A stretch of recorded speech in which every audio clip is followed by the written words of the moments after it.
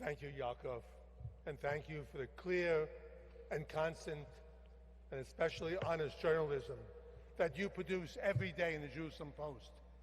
It's sadly all too rare to read truthful coverage on Israel in foreign newspapers. I'm not saying papers should be pro-Israel only.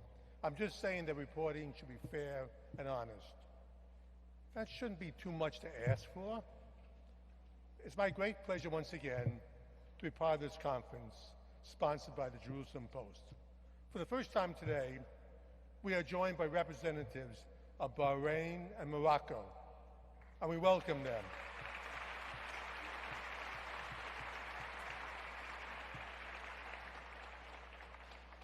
I also want to thank Governor Hochul for all you are doing for the Jewish people. God bless you. I will now tell you that I had a beautiful speech prepared this morning, but I threw it out.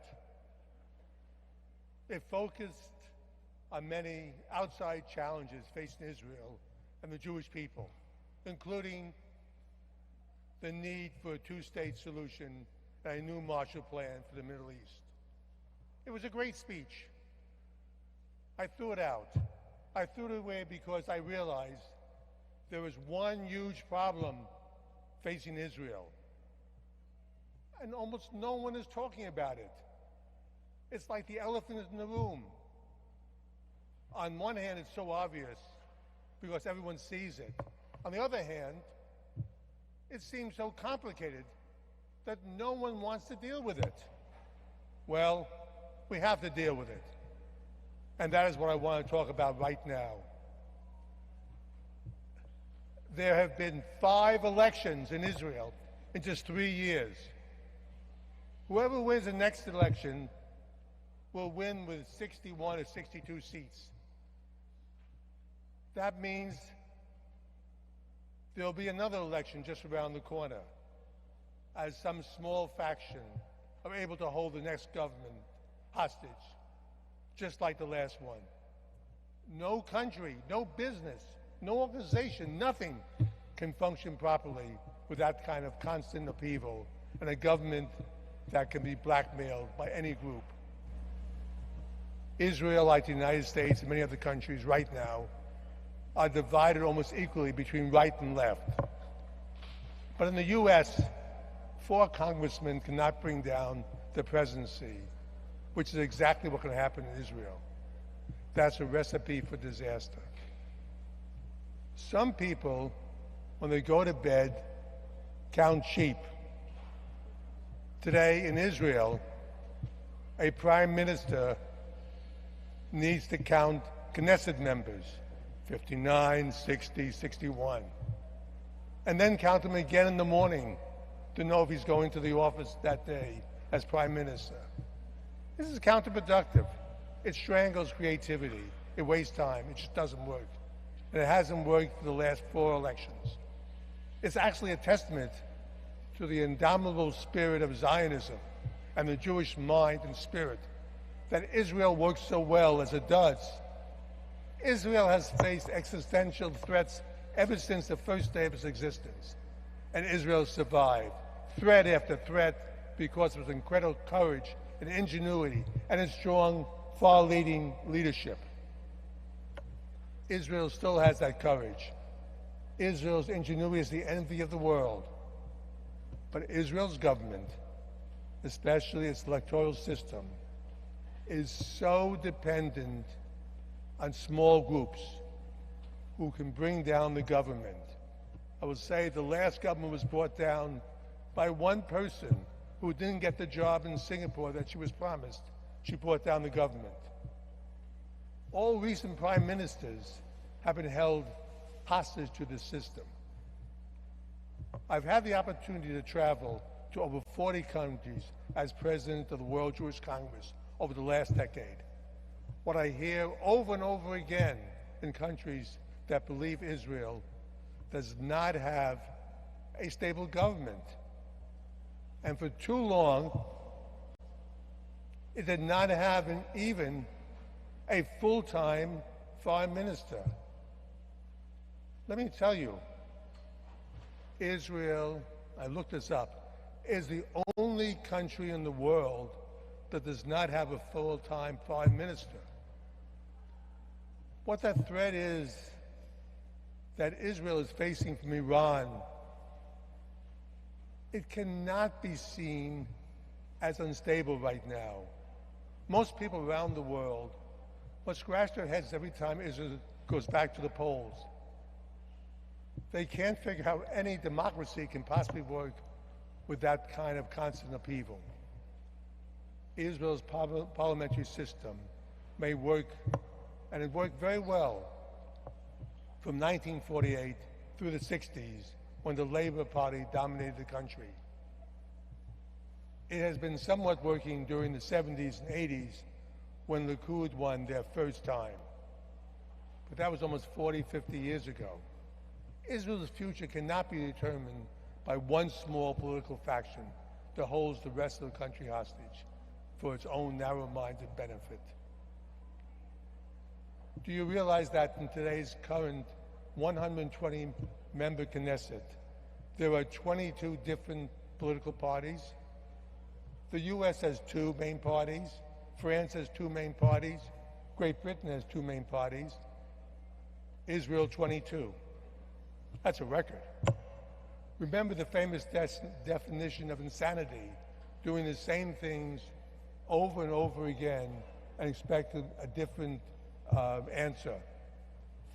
Israel needs to change its electoral system ASAP. I can't tell you what the answer is, but I know what is it that it does not work.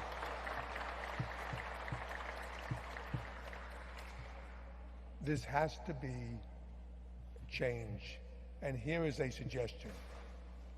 I know the presidency in Israel is basically a ceremonial position, but today I call on President Herzog to save his country and be the impetus to put the Knesset to form a bipartisan commission with people knowledgeable in democracy, elections, and government.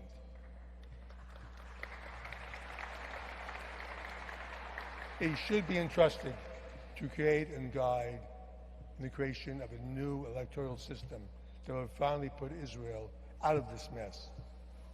This commission should look at other commissions and other systems, the U.S., the French Republic, the British parliamentary system. As I mentioned earlier, the U.S. right now is equally divided politically. But once a president is elected here, he cannot be removed when 5 or 10 congressmen want something for their, especially for the district. What would happen if an Israeli prime minister was elected directly by the people with a solid 4-year term? He or she would have the ability to appoint ministers based on their expertise and knowledge of the ministries, not on how many seats they bring to the table. Can you imagine a minister of transportation who actually knows something about trains, bridges, and highways? A treasury minister who knows economics?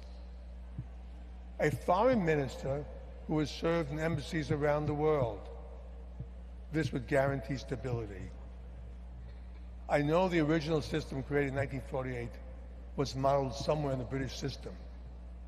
This past week, we all watched the news of the passing of Queen Elizabeth II. It's interesting, the Queen's reign lasted almost as long as Israel has existed. Shortly before she died, the Queen accepted the papers of her 15th Prime Minister. Had Elizabeth been the Queen of Israel, was something interesting, she would have been meeting her 30th Prime Minister. To those in the room who might say, who is this American telling us what we should do? And you'd be right to say this.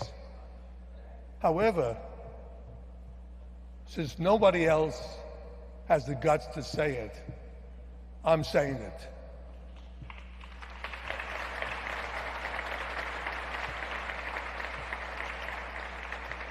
Sometimes it takes an outsider to see things that insiders might be blind or don't want to tackle. As the winds of conflict grow strong in the Middle East and the rest of the world, it is absolutely vital Israel revamps its electoral system in order to obtain a strong democracy. This is no time to continue this selfish game of politics. Let me just stop my saying something else. I travel, I've been around, I went to 40 countries, and I say over the time, they ask me two questions. What is happening with Israel politically, and how come I never see any prime minister come here and speak to it? And for many of the times, unfortunately, I was the foreign minister of Israel, because I represented Israel when I went there, because there was no foreign minister going there. It can't be. We are too good of people. This is the time for a unified and stable Israeli government. That's my message today. I can't think of anything more important for Israel's future. As Theodor Herzl, and he didn't know much Hebrew, and he said something, he knew more Hebrew than I did perhaps. He said, Ein Tirtzu, Ein So Agudah. Translated, if you will it, it's no dream. We will it. To all of you in this room, stay engaged, stand up for Israel, stand up for the Jewish people, and always take great pride in who you are. Take pride in the long art of history that's become part of us.